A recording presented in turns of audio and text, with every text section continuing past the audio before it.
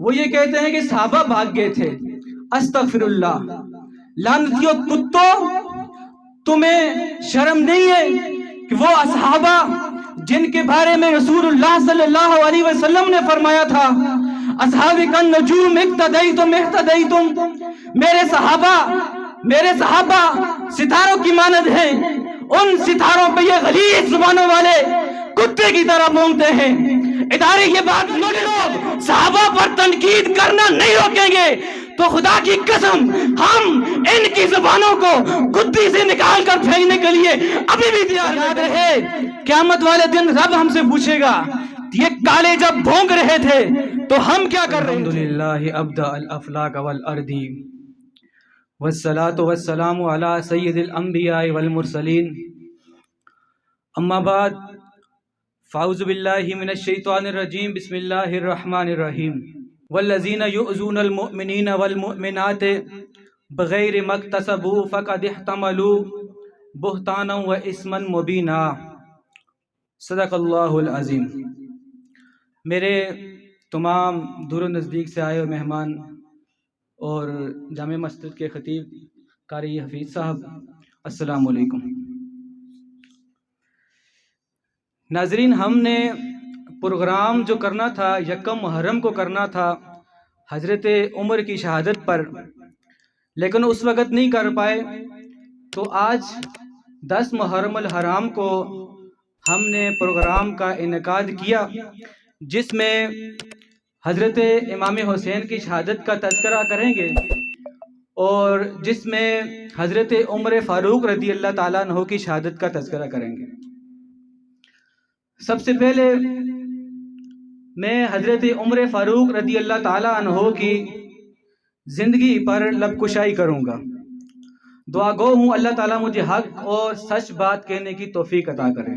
وہ ٹائم تھا جب لوگ بتوں کی پوجا کرتے، کوئی آگ کی پوجا کرتا، کوئی بتوں کی پوجا کرتا.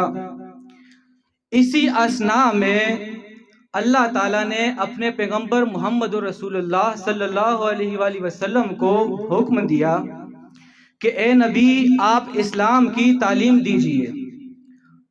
تو رسول اللہ صلی اللہ علیہ وآلہ وسلم نے اسلام کی تعلیم دینا شروع کی.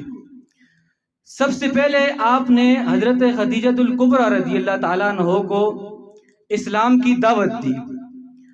تو سب سے پہلے جو اسلام لانے والے ہیں وہ حضرت خدیجۃ الکبریٰ رضی اللہ تعالیٰ عنہ ہیں، جو رسول اللہ صلی اللہ علیہ وآلہ وسلم کی زوجہ محترمہ ہیں.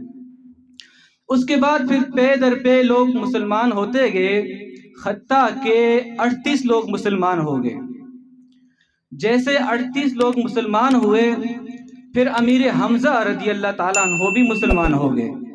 یہ 39ویں مسلمان تھے.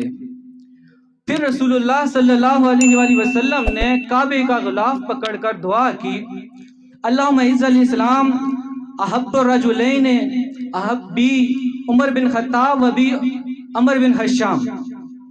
آپ صلی اللہ علیہ وآلہ وسلم نے دعا کی، یا اللہ ان دونوں میں سے اسلام کو عزت دے دے. جیسا آپ کا دعا کرنا تھا اس کے بعد حضرت عمر فاروق مسلمان ہو گئے. لمبا واقعہ ہے، ٹائم کم ہے. جیسے آپ نے سنا ہوا ہے تلوار لے کے گھر سے نکلے تھے کہ استغفر اللہ معاذ اللہ، رسول اللہ صلی اللہ علیہ وآلہ وسلم کا قتل کریں گے، استغفر اللہ. تو راستے میں کسی نے بتایا کہ آپ کے گھر کے لوگ بھی مسلمان ہو گئے، آپ کی بہن اور بہنوئی بھی مسلمان ہو گئے. آپ ان کے پاس گئے. جب وہ قرآن کی تلاوت کر رہے تھے تو انہوں نے جب قرآن کی تلاوت سنی، پہلے انہوں نے مارا، جو لمبا واقعہ ہے، تفصیل سے ٹائم نہیں ہے، ان کو مارا. اور پھر جب دیکھا کہ آگے والوں کا جوش و ولولہ بہت زیادہ ہے، ان کی بہن کہہ رہی ہے آپ بے شک ماریں، ان کا بہنوئی کہہ رہا ہے آپ بے شک ماریں. وہ بہن جو آپ سے ڈرتی تھی وہ اس وقت آنکھوں میں آنکھیں ڈال کے کہہ رہی ہے آپ مجھے بے شک ماریں، میں نے جس دین پر جو میں نے اسلام قبول کیا ہے اب اس سے میں پیچھے نہیں ہٹ سکتی، نہ واپس آ سکتی ہوں. تو حضرت عمر نے جب ان کا جوش ولولہ دیکھا تو پھر کہنے لگے اچھا جو تم جس چیز کی تلاوت کر رہے تھے ذرا مجھے بتاؤ، میں بھی دیکھ لوں کس چیز کی تلاوت کر رہے تھے. تو ان کی بہن نے وہ آیت کریمہ پڑھ کے سنائی تو آپ کا دل نرم ہو گیا۔ ادھر رسول اللہ صلی اللہ علیہ وآلہ وسلم کی دعا کا اثر بھی تھا اور ادھر حضرت عمر فاروق رضی اللہ تعالیٰ عنہ کا دل نرم ہو گیا۔ انہوں نے کہا میں نے بھی ایمان لانا ہے، مجھے بھی آپ لے کے چلو۔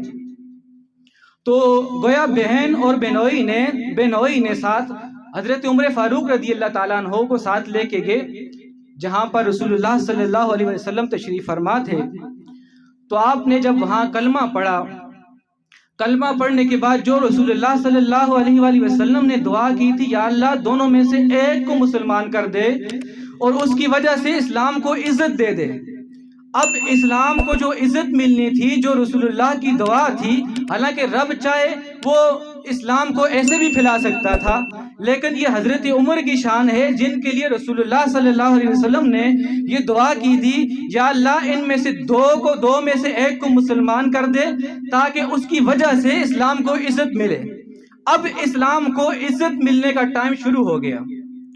جیسے ہی حضرت عمر فاروق رضی اللہ تعالیٰ عنہ اسلام لاتے ہیں، پھر گھر سے باہر نکلتے ہیں، دائیں طرف امیر حمزہ رضی اللہ تعالیٰ عنہ تھے، باہر نکلے اور کعبے کی طرف بڑھنے لگے اور ساتھ یہ آواز لگا رہے تھے، کوئی ہے جو اپنے بچوں کو یتیم کروائے، کوئی ہے جو اپنی بیویوں کو بیوہ کروائے۔ آپ یہ آوازیں دیتے جا رہے تھے اور مشرکین مکہ کو للکار کے کہہ رہے تھے کہ آج عمر اسلام لے آیا ہے، آج عمر اس اسلام میں آ گیا ہے، آج کے بعد دین کا اعلان کھل مکھلا ہوگا۔ آج کے بعد جو مسلمان چھپ چھپا کے اعلان کرتے تھے، آج سے یہ اعلان کھل مکھلا کریں گے۔ اس کے بعد اسلام کی اشاعت کھل مکھلا ہوئی۔ یہ میرے حضرت عمر فاروق رضی اللہ تعالیٰ عنہ کی شان ہے کہ جن کے آنے کے بعد اسلام کو عزت ملی۔ آج کچھ لوگ حضرت عمر پر تنقید کرتے ہیں اور کچھ ویڈیو میں نے دیکھی جو صحابہ پر بھونکتے ہیں، لعنتی کتے۔ سوشل میڈیا کے ذریعے میں ان تک یہ پیغام پہنچاؤں اور ادارے بھی یہ چیز نوٹ کریں، جو لعنتی یہ کہتے ہیں، جس میں کبھی وہ نام لیتے ہیں کبھی نہیں لیتے، وہ یہ کہتے ہیں کہ صحابہ بھاگ گئے تھے۔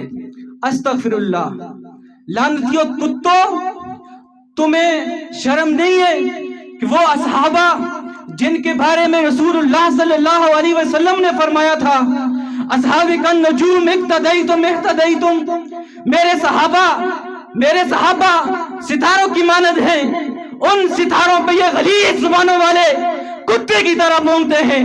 ادارے یہ بات نوٹس کریں، میں سوشل میڈیا کے ذریعے یہ پیغام دیتا ہوں، ادارے ان چیزوں کو نوٹس کریں۔ اگر یہ لوگ صحابہ پر تنقید کرنا نہیں روکیں گے تو خدا کی قسم ہم ان کی زبانوں کو گدی سے نکال کر پھینکنے کے لیے ابھی بھی تیار بیٹھے ہیں۔ ہم خدا کی قسم اٹھاتے ہیں، اگر یہ باتیں انہوں نے نہ روکی، جو لوگ 50 لاکھ لے کر اپنے مہینے بک کرتے ہیں اور صحابہ پہ تبرہ کرتے ہیں، ہم ان کی شکلوں پہ لعنت بھیجتے ہیں۔ اگر ہم اپنی زبانوں سے انہیں کچھ نہ کہیں گے تو یاد رہے قیامت والے دن رب ہم سے پوچھے گا، یہ کالے جب بھونک رہے تھے تو ہم کیا کر رہے تھے؟ اور آپ کو مزے کی بات بتاؤں، ان کالوں کو آپ دیکھو، ان کے دل بھی کالے ہیں اور انہوں نے کپڑے بھی کالے پہنے ہوتے ہیں۔ یہ میں آپ کو وہ زبردست بات بتا رہا ہوں قاری صاحب، ان کے دل بھی کالے، کپڑے بھی کالے ہی پہن کے آتے ہیں 10 محرم کو، دیکھا ہے آپ نے نا؟ تو یہ میسج جو ہے سوشل میڈیا پہ انشاءاللہ چلائیں گے۔ اور پھر حضرت عمر فاروق جب ایمان لے آئے، اسلام کا بول بالا ہونے لگا، اسلام آگے بڑھنے لگا۔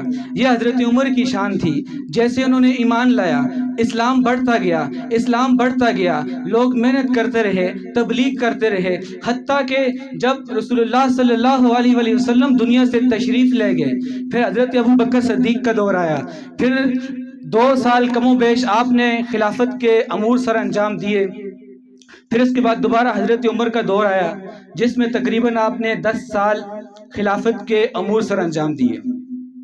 آپ کے بہت مشہور واقعات ہیں، 1-2 واقعات آپ کی نظر کرتا ہوں، اس کے بعد چونکہ امام حسین کی شہادت پر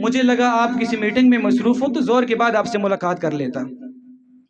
تو کیونکہ آپ کا بیٹا بھی باہر کھڑا تھا تو حضرت عمر کہنے لگے میرے بیٹے کی اور آپ کی برابری کیسے ہو سکتی ہے؟ آپ کی ماں میرے بیٹے کی ماں جیسی تو نہیں ہے.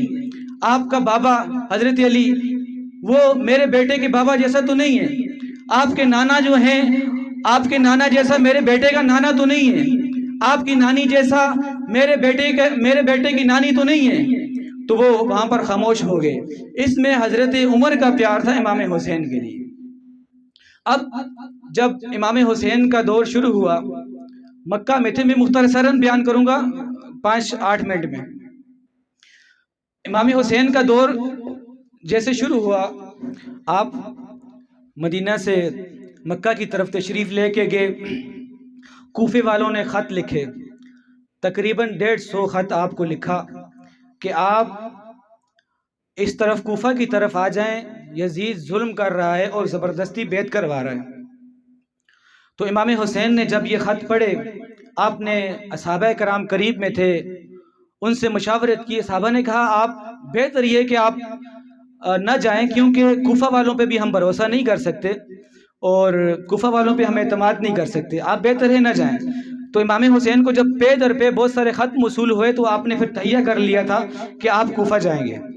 چونکہ حضرت علی کا خون تھا, اب وہ برداشت نہیں کر سکتے تھے کہ دنیا میں کہیں مسلمانوں پہ ظلم ہو اور وہ آرام سے بیٹھ جائیں. آپ نے کوفہ کی تیاری کر لی.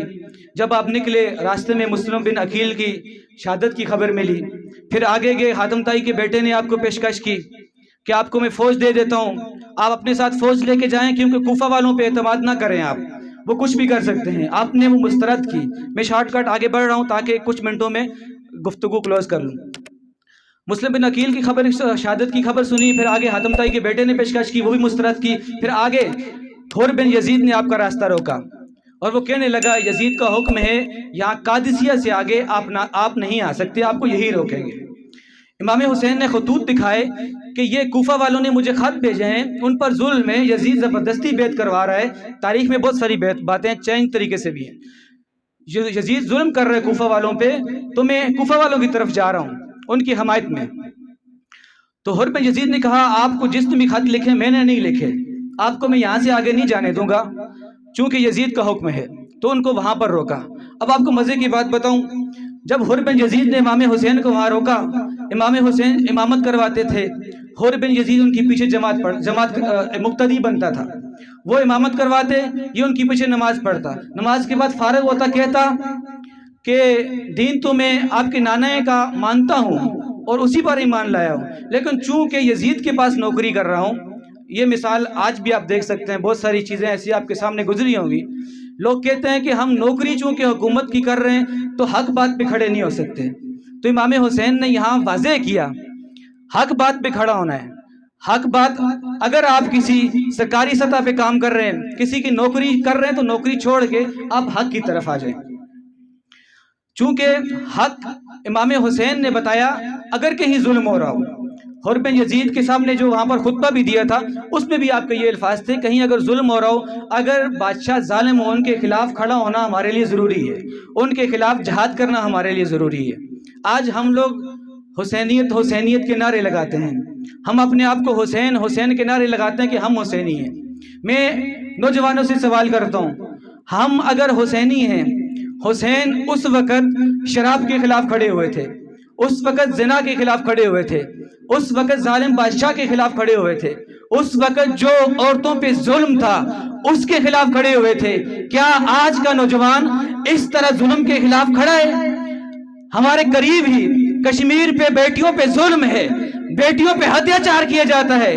صبح سے لے کر شام تک بیٹی اگر گھر سے نکلتی ہے اس کے سر پر سے چادریں کھینچی جاتی ہیں. وہ قریب جا کے دیکھیں فلسطین کے اندر جو بیٹیوں پہ ظلم ہے, جو بیٹیوں پہ تشدد کیا جاتا ہے. کیا ہم حسینی ہیں؟ ہم اس بات کی دلیل دے سکتے ہیں کہ ہم حسینی ہیں؟ کیا ہم ان بیٹیوں کے ساتھ کھڑے ہیں؟ ہمارے یہاں کراچی سے ڈاکٹر عافیہ کو اٹھا کے لے جایا گیا, ہم نہیں بولے. ہم اگر اپنے آپ کو حسینی کہتے ہیں تو اس وقت ہمیں علم جہاد بلند کرنا چاہیے تھا. آج بھی اس بیٹی کے سر پہ شرابیں گرائی جا رہی ہیں, آج بھی اس بیٹی کے کپڑے نوچے جا رہے ہیں, آج بھی اس جیل کے اندر اس بیٹی پہ ظلم کیا جا رہا ہے۔ ہم 10 محرم کو ہی حسینی بننا پسند کرتے ہیں تو پھر مبارک ہو ہمیں۔ اگر ہم یہ چاہتے ہیں ہم پورا سال حسینی بن کر رہیں تو ڈاکٹر عافیہ کی بات بھی کرنی پڑے گی۔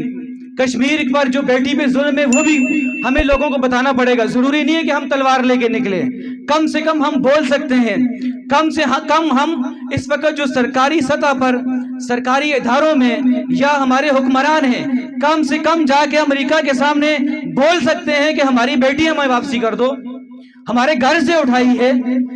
تو آج جس طرح ہم کہتے ہیں ہم حسینی ہیں، کیا ہم اس بات کی دلیل دیتے ہیں ہماری بیٹی بھی وہاں ظلم ہو اور ہم حسینی بن کے یہاں رہیں؟ یہ ممکن نہیں ہے۔ حسین نے کربلا میں ایک ہی پیغام دیا تھا کہ ظلم کے خلاف کھڑے ہو۔ میں صرف یہی پیغام آپ کو آخری دے رہا ہوں۔ امام حسین نے یہی پیغام دیا تھا کہ ظلم کے خلاف کھڑے ہو، شراب کے خلاف کھڑے ہو، زنا کے خلاف کھڑے ہو۔ اور جب آپ کی گردن کو کاٹا جا رہا تھا، شمر سے آپ نے ایک ہی بات کہی تھی کہ مجھے کچھ منٹ دے دو تاکہ میں اللہ کے آگے سجدہ کر لوں۔ تو آپ نے اینڈ ٹائم پر بھی سجدہ کیا تھا اللہ کی بارگاہ میں، جس وقت شمر نے آپ کی گردن کو الگ کیا۔ تو اللہ تعالی ہمیں حضرت عمر کی شہادت سے، حضرت عمر کی جو زندگی ہے اس سے، اور امام حسین کی شہادت سے، اور امام حسین نے کربلا میں جو ہمیں میسیج دیا، اللہ تعالی ہمیں ان سے سیکھنے کو مل دے، اور اللہ تعالی سے دعا گو ہوں اللہ تعالی ہمیں ایسے حکمران دے، ایسے لوگ دے۔ میں اس دن ایک نوجوان کا ویڈیو سن رہا تھا، یہ پنڈی کا نوجوان ہے، بہت زبردست باتیں کی اس نے۔ ایک بات اس نے کی، آپ کے نظر کرتا ہوں، شہیر سیالوی نام ہے، شہیر سیالوی ہے میرے خیال سے، شہیر سیالوی۔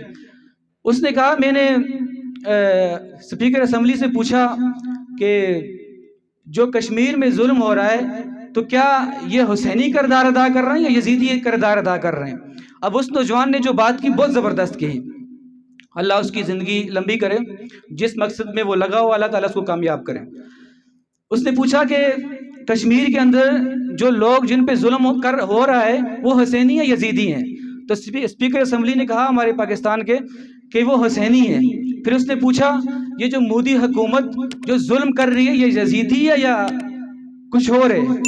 تو وہ کہنے لگا یزیدی ہے۔ تو پھر اس نے پوچھا ایک طرف حسینی ہے ایک طرف یزید ہے، تو یہ ہم پاکستان والے پھر کس کھاتے میں، پھر کوفہ والے کھاتے میں آگے؟ بہت زبردست بات کی۔ ہم خاموش ہیں، اس کا مطلب یہ ہے کہ ہم کوفہ والوں کی طرف جا رہے ہیں، ایک طرف حسینیت کا درس دے رہے ہیں، ایک طرف حسینی کہنے والوں پر ظلم ہو رہا ہے، دوسری طرف یزید اس دور میں بھی کھل مکھلا ظلم کر رہا ہے اور ہم خاموش بیٹھے ہیں۔ اس بات کی دلیل ہے ہمیں ایسا نہ ہو کہ ہم کوفیوں کی طرف چلے جائیں۔ تو اللہ تعالی ہمیں سیدھے راہ پہ چلنے کی توفیق عطا کرے۔ وما توفیق الا باللہ۔